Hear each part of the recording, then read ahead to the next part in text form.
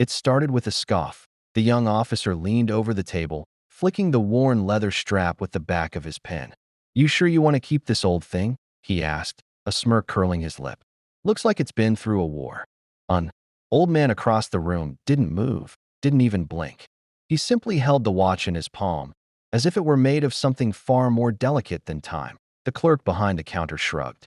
"Policy says we inventory everything. It's just a watch." That was the moment the general walked in. The hallway chatter faded. Boots stilled. The air, once casual, tightened into attention. He was known for his silence, his spine like steel, and a stare that left even colonels unsteady. But the moment his eyes landed on that old Hamilton watch, something in him cracked. His face turned pale, his lips parted slightly, but no sound came out. The old man, seated alone, raised his eyes for the first time.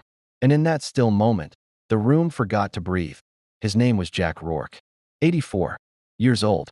No ribbons on his coat, no cane, no fuss, just a quiet presence and hands that trembled slightly, not from weakness, but from memory. To most of the young officers, he was another retired vet in for a records transfer.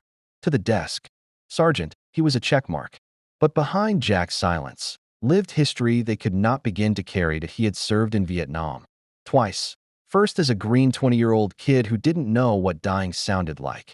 Then again, a decade later, by choice, as a combat medic. The man who ran toward the fire. The man who stitched his friends back together under burning skies and jungle screams. The man who, one night in 1971, pulled 3 wounded men from a flaming chopper, one of whom had a watch ticking seconds louder than his heartbeat. That watch. That same Hamilton now sitting on the cold metal desk. Its leather was cracked. The glass fogged slightly from age. But it still ticked. Quiet, steady, stubborn, like him. They were trying to log his belongings. Standard protocol, they said. He'd left them behind when he'd collapsed near the VA gate 2 days ago. The nurse had found his badge, his wallet, and the watch. They didn't know. They couldn't have, but the general did, because that watch had once belonged to a man named Corporal Stephen Mallory, the same Mallory the general had spoken about. Only once in his life, at his retirement ceremony, calling him the reason I ever got home. And there it was on Jack Rourke's wrist. The silence tightened like a noose. The younger officer reached again, intending to bag the watch. "As evidence." "Sir, we have to document." "No," the general said, softly but unmistakably. Everyone froze. He stepped forward, each step deliberate, as if crossing a battlefield only he could see. He picked up the watch with both hands, as though touching a relic. His fingers trembled. "He carried Mallory out of the fire," the general whispered. "We thought he didn't make it. We never found him." His eyes flicked toward Jack. "But he lived." Jack's gaze stayed steady. He said nothing. He didn't need to. The general turned to the room. "Stand up," he ordered. The soldiers hesitated, then rose, slowly, unsure why. But the general didn't explain.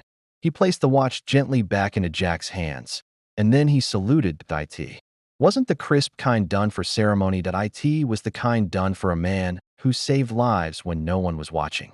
The kind that said thank you, without needing words. Point one by one. Others followed. No one asked. No one spoke. They just stood and saluted. Some heroes don't need medals, the general finally said. They were time instead. And for the first time in decades, Jack Rourke allowed himself a small smile, as if, finally, time had brought something back. Sometimes, the general would later say, we mistake silence for weakness. But real strength never has to raise its voice. And on a forgotten morning, in a quiet military office, time stood still for a man no one recognized, until they did. There are moments in life when history whispers instead of shouts, when true heroes wear quiet instead of armor. Jack Rourke didn't ask for applause. He only asked to carry time forward. For those who never got the chance to, if this story moved you, let us know where you're watching from. Share your thoughts in the comments. And if you believe silent strength deserves to be remembered, subscribe for more stories like this, stories that reveal the quiet heroes among us.